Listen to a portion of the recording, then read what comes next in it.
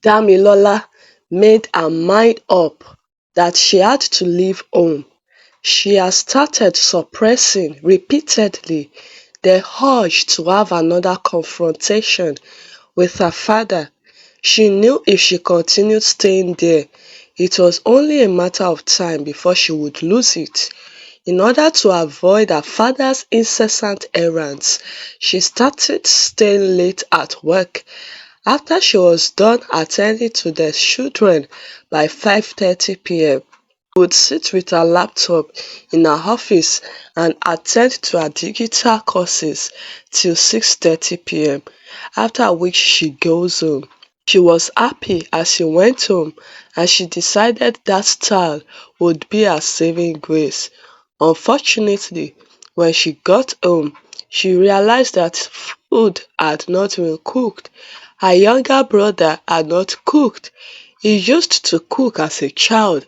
As he progressed into late teenagehood, he also started imbibing the culture of his African father, who believed a man's place isn't in the kitchen.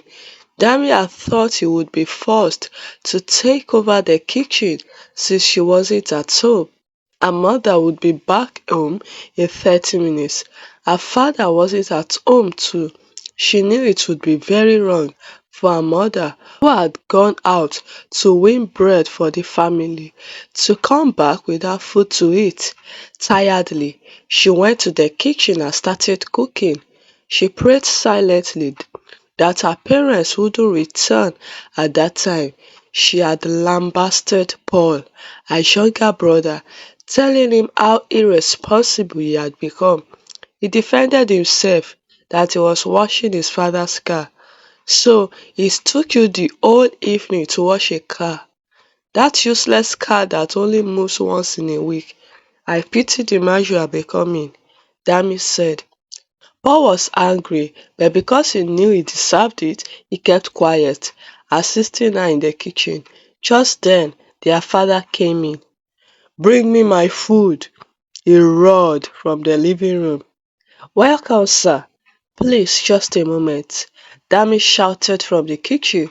She tried to hasten up the cooking, but she knew she couldn't jump the right process, else her father would be served a half-done food. She continued stirring and stirring, increasing the intensity of the heat. Just few minutes later, Mr. Salami burst into the kitchen. "And what is delaying my food? What's going on here? This is 7:30 and I haven't eaten," he roared. Then he took a good look at the cooking space and realized that the swallow hadn't been made, just the soup was still in the process of being cooked. "I hate this. I hate this. You mean I still have to wait for so long? What have you been doing?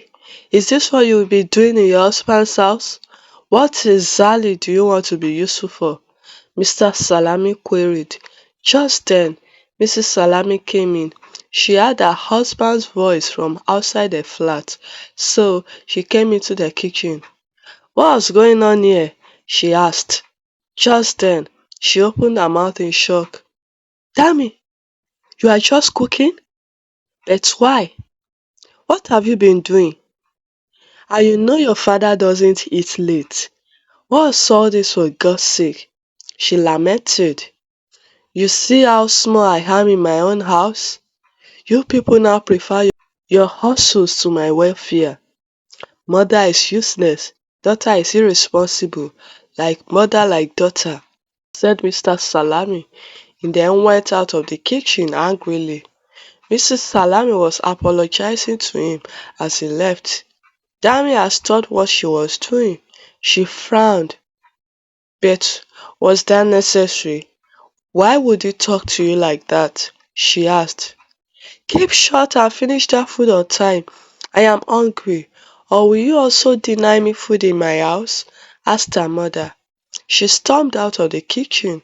Dami looked on, a mix of anger and confusion on her face. She had always wondered why it seemed her mother enjoyed her father's imprisonment. "See her defending someone who has no regard for her," she told her brother, who was at this point making the swallow. Angry, Dami left the kitchen. Her determination to leave the house became unwavering. She wanted to relocate to Lagos, so she started making a research on how much it cost to get an accommodation there. It ran into hundreds of thousands. The agent fee was almost the price of the house itself. She brought out a pen and a paper. She calculated how much she saved monthly from her salary and how many years it would take her to gather the amount of money she needed for her relocation project. From the meager amount she is able to save from her job every month, she realized she wouldn't be able to meet up with the target that year. She would need the next 1 year to fully gather the money. She shook her head. I am not ready to spend the next 1 year here. She would have gone to her mother for help, but her mother didn't see sense in living in Lagos as she had so much negative things to say about the place. Dami was in a tight corner and slept late in the night because she had to think. The expression on her face changed. She made up her mind that she would become what she wanted and nothing, no one could stop her. That very evening, her father sent her on many errands. By the time Dami was done, she would sleep because she would be tired while at work the next time. When it was closing time, she wanted to pick her bag and leave for home at closing hours because she didn't want a repetition of what happened the previous day. Just as she stood up, something struck her mind. Hope you know once you step into that house, you won't be able to do anything on your digital courses today. These courses have been on your system for 4 months and you haven't been able to study them because of the environment you are in. Use your tongue to catch your teeth, she soliloquized. She sat down, brought out her laptop, and started doing her task. She went back home the same time she got home the previous day. This time, her brother, Paul, had cooked dinner for the family. Dami was so happy. She had gone to the kitchen immediately she got home, getting ready to cook, but seeing that her brother had done it brought her some relief. She set the dining table and arranged her father's food. Her mother had rushed into the living room from work. Hope you have served your father's food, she asked anxiously, opening the plate of food to confirm it was well presented. While they were all in the living room, Mr. Salami came in, mumbled a response to the greetings, and they went to his food. As he took the first morsel, he spat out, "What's this? Do you want to finish my stomach with salt? What a family I have!" Mr. Salami lamented.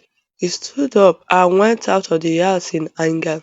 Curious, Mrs. Salami had tasted the soup to confirm what was wrong. She noticed it was slightly salty. Dammy, you didn't cook this food. Don't tell me you left this food to your brother all alone. Do you want your father to stop eating in this house? You did the same thing yesterday. What is going on? Mrs. Salami started sobbing, her children staring at her. Dami tasted the soup and wondered why her parents were making a mountain out of a molehill. The soup was only slightly salty. She went to her room while her mother kept lamenting the house had become so unconducive for her. Every day had its own dose of drama. She sat down, thinking of what she could do to hasten her journey out of that house. For the next 2 months, Dami kept coming home at the time she wanted, even though she had to bear with insults and threats from her father, who wanted her to come back early to cook for him. Their mother always came in late because she had a business she was running, which also helps the family's upkeep. Sometimes Her brother would cook, but Mr. Salami had banned him from cooking when he had to bear with taking salty food whenever he cooked. Dami really wanted to go back to being the good girl she was, but she knew she had to be selfish at this stage of her life. Going home early meant she wouldn't be able to attend her digital skills classes for that day. She was learning a lucrative digital skill that she had saved up for. It had been very hectic and challenging, but the thought of how much she would start earning when she was done strengthened her. Soon she was done with the course. She was so happy. The next challenge was getting clients. After 1 month of searching for clients, she had begun to give up. She was fast becoming a shadow of herself, and she started resigning to fate. Maybe I was made to be poor, she would say. One day, a fresh graduate in her church who took Dami like a big sister wanted to organize an event for undergraduates on life outside school. She didn't have enough money left to pay the speakers. After she was done paying for the venue she rented, she was lamenting to Dami one day during an ESCO's meeting of youth executives in their church. Dami volunteered to speak for free. I know I haven't made it yet, but I have one or two mistakes that I made that I don't want them to make, she said. Happy, Mary agreed. The D-Day came, and after other speakers had spoken, Dami came on stage to talk. Her session was very engaging because the students asked her many questions. In the process of answering one of their questions, she mentioned the skill she had just finished learning as a reference to an answer she gave. Fortunately for her, the undergraduates were very much interested in the digital skill. They had wanted to learn it on campus, but it was too expensive. They requested that she teaches them as a group, and they even offered to pay. Happily, Dami went home and drew out a curriculum. She also drew out a budget and arrived at how much each student should pay, which was very affordable.